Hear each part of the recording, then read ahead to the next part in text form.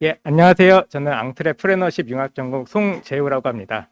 어, 발표 시작하기에 앞서 그 미리 출판된 그 자료와 그 저희 PPT가 조금은 그 다소 좀 다른 부분이 있습니다. 그래서 최종 수정본은 이제 제가 지금 발표하는 그 발표 자료로 이제 진행을 할 것 같고요. 좀 그 부분에 있어서 양해를 먼저 구하겠습니다. 저희가 오늘 발표로 잡은 주제는 마이너들을 위한 장소, 장애인을 대상으로 한 어플리케이션 개발이라는 주제로 발표를 진행하게 되었습니다.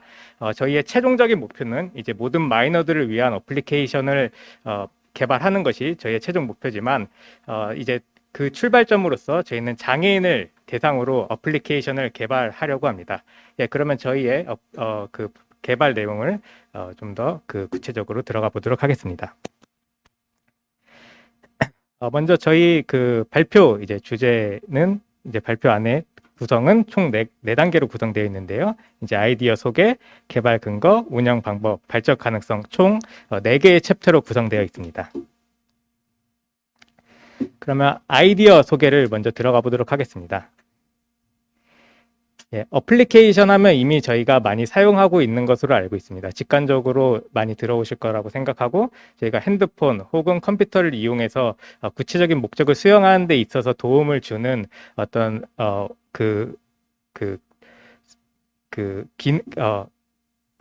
죄송합니다. 소프트웨어라고 할 수 있을 것 같습니다. 그래서 저희는 기존에 있던 그 보통은 마이너들을 위한 어떤 어플리케이션이 제대로 제작되지 않는 것을 저희가 확인했고, 이러한 근본적인 틀을 좀 깨보고자 저희는 이것에 좀 집중을 하게 되었습니다.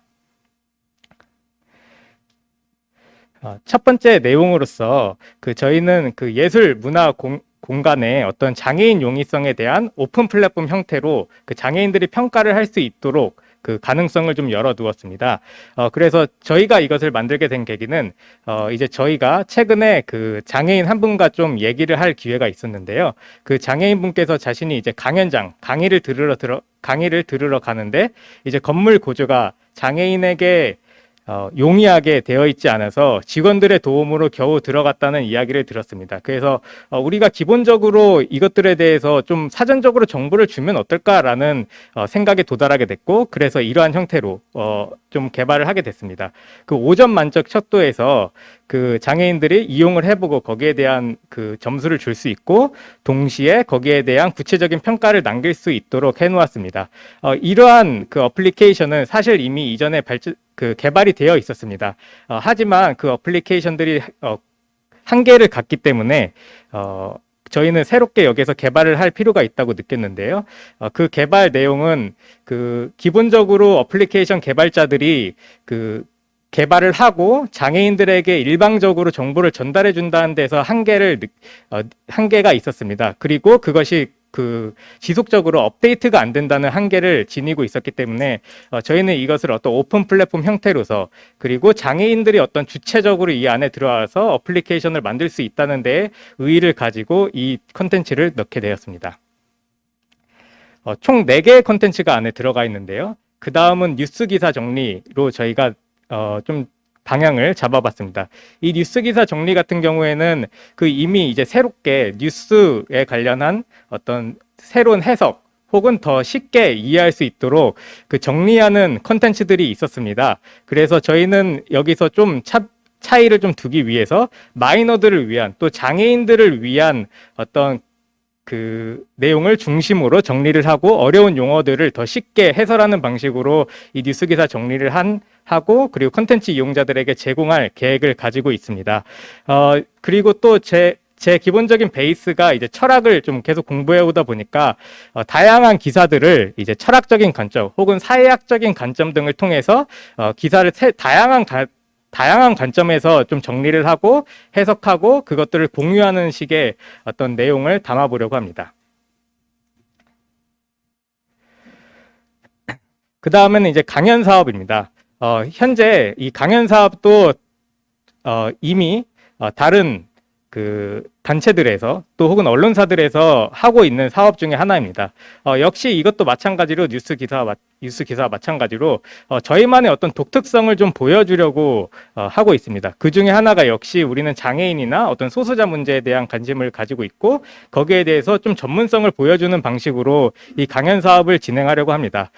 이 강연 사업 같은 경우에는 뭐 이미 언론사들 예를 들어서 오마이뉴스라던가 혹은 뭐 프레시안 등에서 이미 하고 있는데 이제 그런 단체들이 어떤 굉장히 큰 관점에서 그러니까 다양한 주제를 다룬다는 것에 비해 저희는 어떤 집중하고 그 집중도를 통해서 좀 더 전문성을 보여주는 식으로 차이를 두고 좀 강점을 가지려고 하고 있습니다. 그리고 이제 마지막은 자유 게시판입니다. 이제 기본적으로 저희가 좀 생각했던 부분은 어떤 그 커뮤니케이트 그러니까 커뮤니티라는 공간을 만들고자 저희는 좀 생각을 했었습니다. 그래서 이전에 있었던 어떤 장애인들이나 마이너들이 그 일방향적으로 받는 그러니까 수용하는 식의 어떤 어플리케이션만 존재했다면 이제 우리의 공간은 장애인들이나 마이너들이 구체적으로 자신의 장소를 만들어 나가고 자신들의 이야기를 써나가는 주제로 새롭게 구성을 해보려고 합니다. 예, 뒤에서 더 자세하게 좀 더 이야기를 나눠보도록 하겠습니다. 예, 다음은 개발 근거입니다. 저희의 앞서 그 발표를 들었을 때는 어떻게 보면 단순히 좋은 의도로만 이것이 그칠 수도 있고 혹은 좋은 의도로만 보일 수도 있을 것 같습니다. 하지만 저희는 거기에 대한 충분한 이용자들을 끌어들이기 위해서 다양한 근거들을 좀 생각을 해보고 자료들을 한번 가져와 봤습니다. 당연히 그 시작하기 위해서는 잠재적인 이용자가 얼마나 되느냐가 정말 중요할 것 같습니다. 아까 강연 사업이나 뉴스 기사 같은 경우에는 비장애인도 들어올 수 있을 가능성이 있지만 하지만 저희 생각으로는 역시나 주된 그 잠재적 고객은 역시나 장애인일 것입니다. 그래서 현재 장애인 숫자를 보면 2018년 말을 기준으로 259만 명으로 우리 인구의 5.0% 정도에 해당하는 숫자입니다. 남성은 150만 명 그리고 여성은 109만 명인데요. 저희의 최종적인 목적으로는 이 장애인들 중에서 5%에서 10% 정도의 그 고객을 이렇게 유입하는 것에 목표를 가지고 있습니다. 이것은 그 총 장애인 인구의 5%에서 10% 정도 되는 인구인데요. 저희가 이 정도의 목표를 잡게 된 것은 그 노년층의 비율이 계속해서 증가하고 있다는 것을 저희가 보게 되었습니다. 그래서 노년층의 인구가 증가하게 되었을 경우에는 아무래도 어플리케이션에 대한 이용이 접근성이 조금 떨어질 수 있을 가능성이 있다 보니까 좀 그 부분을 고려해서 10만 명에서 최대로는 한 20만 명까지 저희가 생각은 해보고 있습니다. 그리고 나서 이제 우리가 가지고 있는 어떤 효과, 거기에 매력을 좀 느껴야 이제 어플리케이션에 들어올 유입을 시킬 수 있는데 그럼 어떤 장점이 있느냐? 앞에는 이제 좀 전반적인 콘텐츠 내용을 이야기했다면 커뮤니티 기능으로서 하나가 그 장애인들 안에서의 어떤 그런 정서적인 공감 혹은 어떤 아픔으로서의 그런 완화 등을 정서적인 완화 등을 할 수 있다고 그 연구에서는 이야기를 하고 있습니다. 그래서 그런 부분들을 고려했을 때 우리가 그런 그 장애인들이 주체적으로 얘기하고 서로 그 정서적인 교류를 할 수 있다면 우리는 그런 부분에 있어서 그 장애인들에게 안정감을 주고 어떤 정서적인 지지대를 만들어줄 수 있는 어플리케이션이 되지 않을까 해서 좀 이렇게 저희가 효과로서 개발 동기로서 이렇게 한 가지 근거를 가져와 봤고요. 역시 그리고 그 다음으로는 그 앞서 이야기했던 것과 좀 그 맥락을 같이 하게 되는데요. 그 어플리케이션 자체가 아무래도 그 장애인들이 주체적인 의미에서의 활동을 하지 않는, 그러니까 수동적인 의미에서의 받아들인다는 수용자의 입장으로서의 중심으로의 어플리케이션이 있다는 것입니다. 대표적으로 한 가지 예를 들어보면 그 성남시에서 만들었던 장애인을 위한 어플리케이션이 있습니다. 그래서 그 성남시 같은 경우에는 그 저희와 같이 그 각각의 어떤 기관들이 장애인 이용 시설, 장애인 화장실이나 혹은 그 장애인들이 이용할 때 도우미가 있어야 되는지 혹은 도우미가 없어도 들어갈 수 있는지에 대해서 좀 통계적으로 그리고 실증적으로 증거들을 제시한 부분들이 있습니다. 하지만 이것 역시나 그 업데이트 문제라든지 혹은 그 장애인을 단순히 수혜자 관점에서 바라본다는 점에서 한계를 갖는다고 생각합니다. 그래서 저희는 이 부분에 있어서 오히려 장애인들이 적극적으로 여기에 대해서 들어올 수 있고 그리고 자신들의 감정을 좀 표출할 수 있는 방식으로 좀 어플리케이션을 구성하고자 합니다.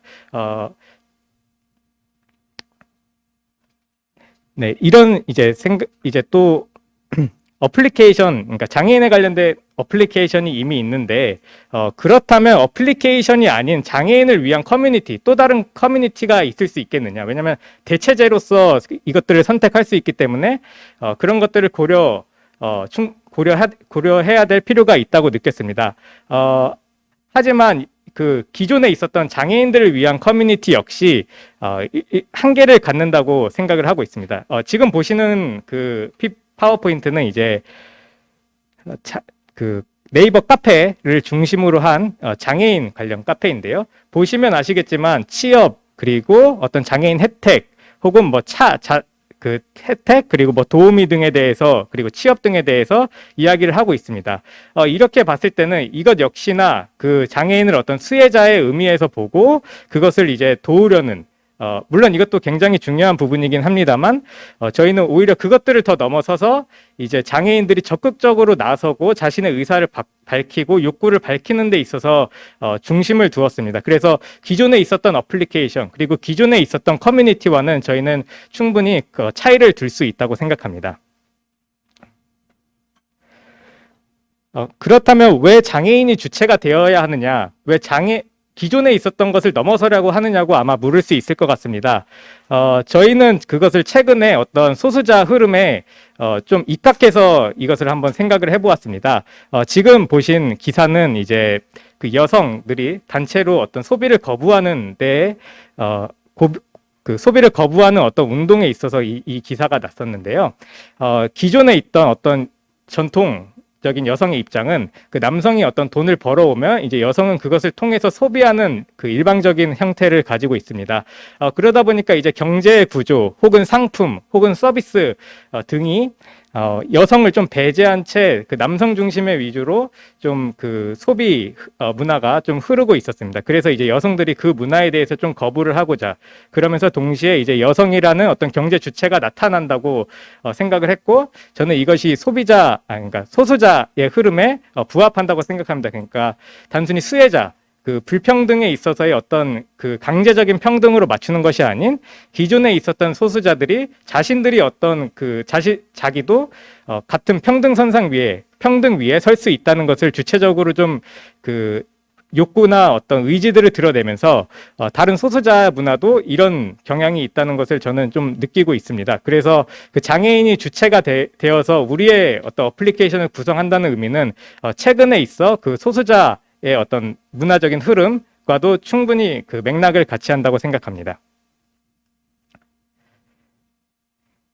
다음으로는 운영 방법입니다. 운영 방법 같은 경우는 저희가 이게 단순히 어플리케이션을 좋은 일을 한다거나 봉사활동을 한다는 의미에서 만들 의도는 아니었습니다. 저희는 충분히 거기에 대해서 사업적인 그리고 경제적인 의미에서 이 어플리케이션을 개발시키려고 합니다. 저희는 크게는 3가지 정도의 그 수익 방법을 그 생각을 하고 있는데요. 차례차례 한번 보도록 하겠습니다. 먼저 시민단체형입니다. 시민단체라고 했을 때는 그 시민단체 안에서 어떤 공익적 목적을 갖고 그 공익적 목적에 맞게 어떤 그 모금이라던가 혹은 후원을 받는 형식을 이야기하게 됩니다.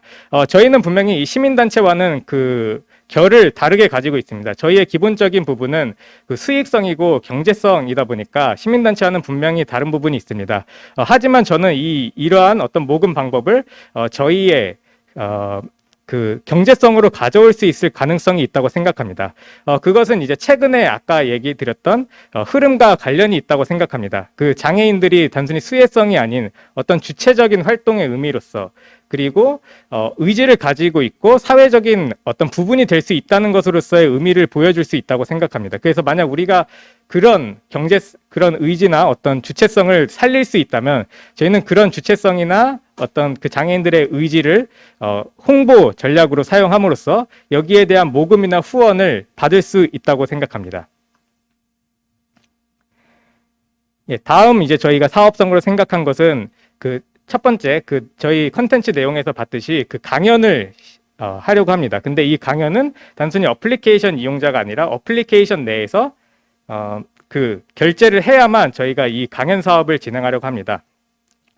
저희 같은 경우는 정기가올이라는 이 철학 전문 번역 혹은 강연 등을 하는 단체를 보고 여기에 좀 그 아이디어를 얻게 되었는데요.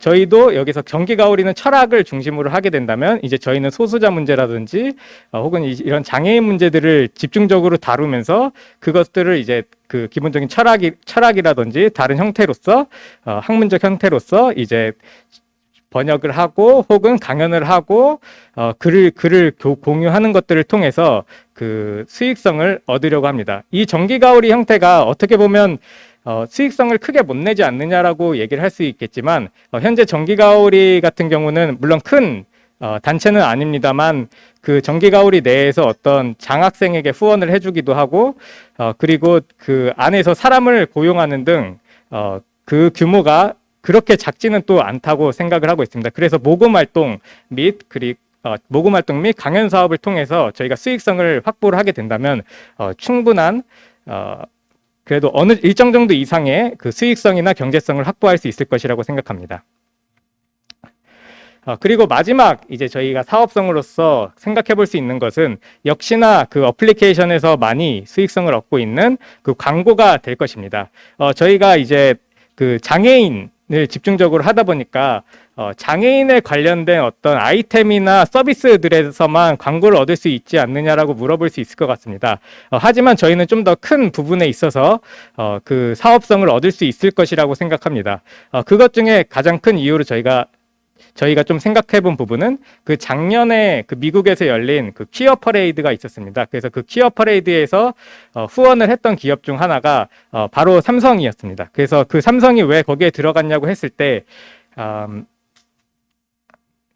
그 이제 단순히 윤리적인 이유가 있을 수도 있었겠지만 아무래도 사업성 그리고 충분히 홍보가 될 수 있을 가능성을 생각을 했기 때문에 아마 삼성이 거기 그 퀴어 퍼레이드에도 후원을 했다고 생각을 하고 있습니다. 그래서 저희 어플리케이션이 많은 이용자들을 얻게 되면 단순히 장애인 관련 아이템이나 굿즈들을 그 홍보를 할 뿐만 아니라 더 다양한 의미에서의 기업들에서 홍보와 어떤 경제성과 그리고 저희 사업의 어떤 그 근원을 좀 확보할 수 있게 될 것 같습니다.